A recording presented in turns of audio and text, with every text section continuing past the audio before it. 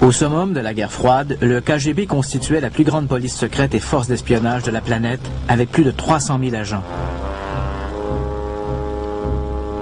Sous les ordres du Kremlin, le KGB investissait ses considérables ressources dans des domaines que certains qualifieraient de sciences marginales.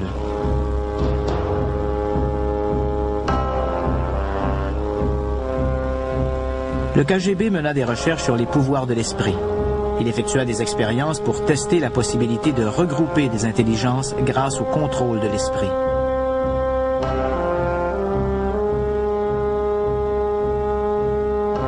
Un homme assoiffé de sang prit la tête de la section paranormale du KGB.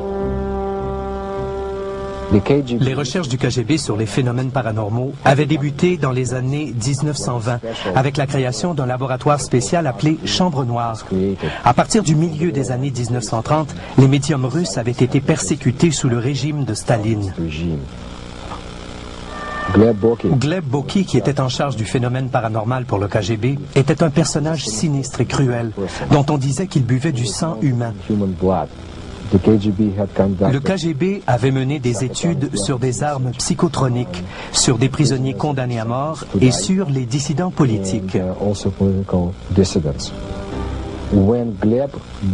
Gleb Boki et les gens du KGB qui avaient étudié les phénomènes paranormaux furent exécutés en 1937. D'après ce que nous en savons, tous les dossiers furent transférés dans les archives les plus secrètes du KGB, mais les recherches sur le paranormal continuèrent. Sous le régime de Khrouchtchev, de grands succès avaient été remportés en Union soviétique dans le domaine du paranormal. On vit apparaître certains des premiers biogénérateurs et certaines des premières machines destinées à altérer l'esprit humain. Les Américains avaient peur des programmes de recherche soviétiques parce qu'ils savaient que l'Union soviétique ne s'en servirait pas dans un but pacifique.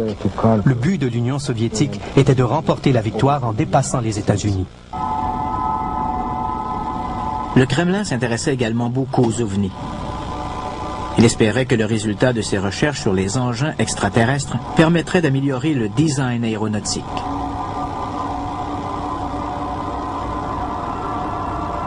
L'ex-Union soviétique était l'emplacement idéal pour étudier les objets volants non identifiés. Plus de gens avaient aperçu des ovnis en Russie que dans n'importe quelle autre nation. Cela s'explique en partie par le fait que les frontières russes délimitaient le plus grand territoire du monde.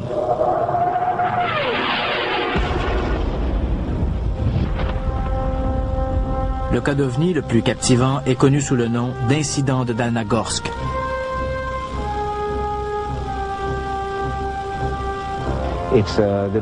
C'est l'écrasement le mieux documenté parce que les fragments ont été conservés et analysés. Ce n'était pas un gros objet, mais quelque chose s'est écrasé sur une colline de Dalnagorsk en janvier 1986. À partir de l'analyse du site de l'écrasement, cette simulation par ordinateur illustre les derniers moments du vaisseau spatial.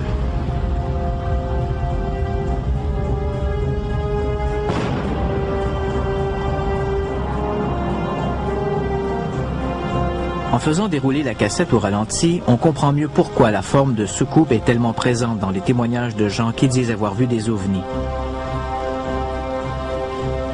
Selon les meilleurs spécialistes, un avion de forme classique qui aurait volé dans les mêmes conditions défavorables serait venu planter son nez dans le sol et aurait explosé.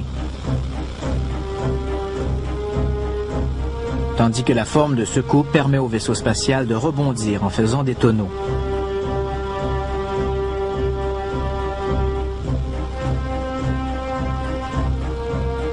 Il a été endommagé, mais pas détruit.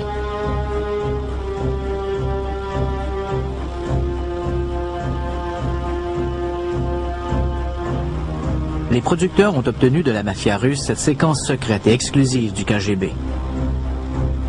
Le film montrerait du personnel militaire et des agents du KGB sur le site où se serait écrasé l'objet en forme de soucoupe. L'homme qui porte le bonnet de fourrure est à la tête de la mission. On croit qu'il s'agit d'un agent haut placé du KGB. On n'est toujours pas sûr que l'incident de Dalnagorsk soit un écrasement d'OVNI, mais certains pensent que le KGB a mené à bien sa mission de trouver de la technologie extraterrestre pour l'adapter aux avions soviétiques.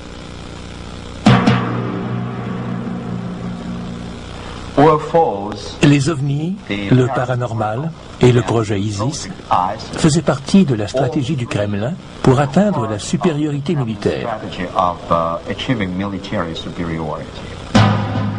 D'après Ivanovitch, l'objectif du projet ISIS était de trouver un ensemble de connaissances avancées laissées par une civilisation disparue. Des connaissances qui donneraient à l'Union soviétique une avance invincible dans sa quête de la domination planétaire.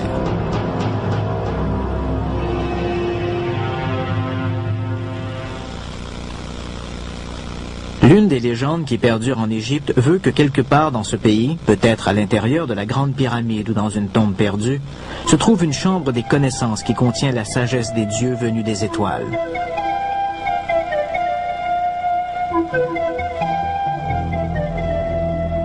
Depuis l'an 820 après Jésus-Christ, les explorateurs rêvent de trouver la mythique chambre des connaissances.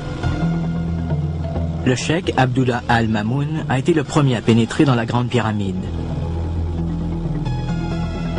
Le cheikh était attiré par la légende selon laquelle des dossiers sur le passé et l'avenir de l'humanité étaient cachés dans la pyramide.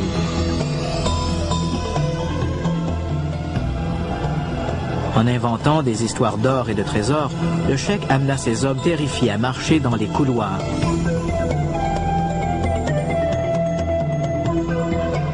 Lorsque les explorateurs arabes pénétrèrent dans la chambre des rois, ils n'y trouvèrent qu'un sarcophage vide.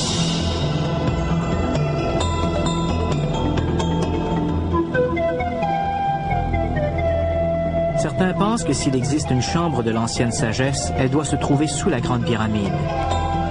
Pendant des années, des gens ont spéculé à propos de l'existence d'un passage souterrain qui relierait la pyramide au Sphinx.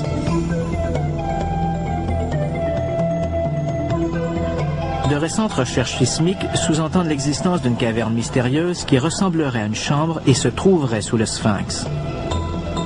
Cette hypothèse a relancé le débat sur une chambre des connaissances.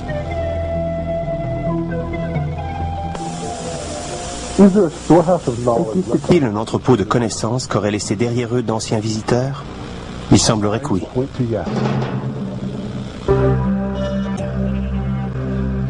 Ce serait tout à fait logique. L'Égypte constituerait un choix évident pour des extraterrestres désireux d'établir un avant-poste pour explorer la planète. L'Égypte a été la première civilisation. Les pharaons ont régné sur le royaume pendant plus de 1000 ans.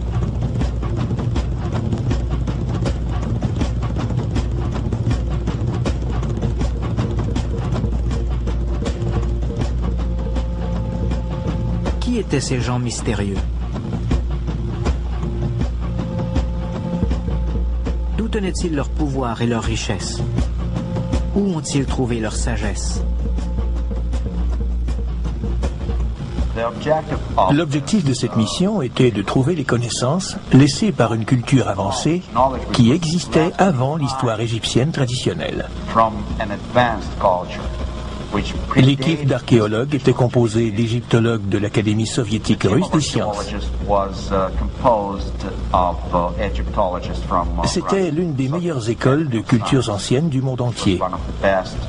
Malgré cela, les dirigeants du KGB donnaient peu de chances de succès au projet.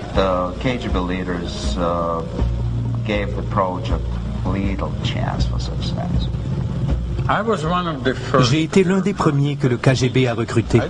Je ne sais pas ce qu'il recherchait, mais on ne peut pas dire non au KGB.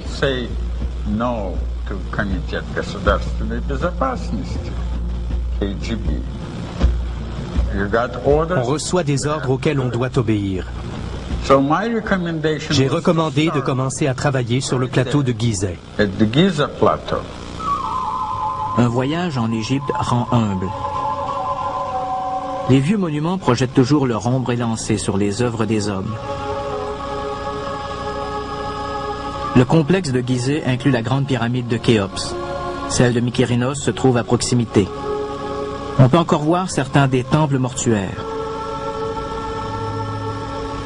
La pyramide du pharaon Képhren est la deuxième plus élevée après la grande pyramide. Nombreux sont ceux qui pensent que c'est Képhren qui a décidé de construire le Sphinx.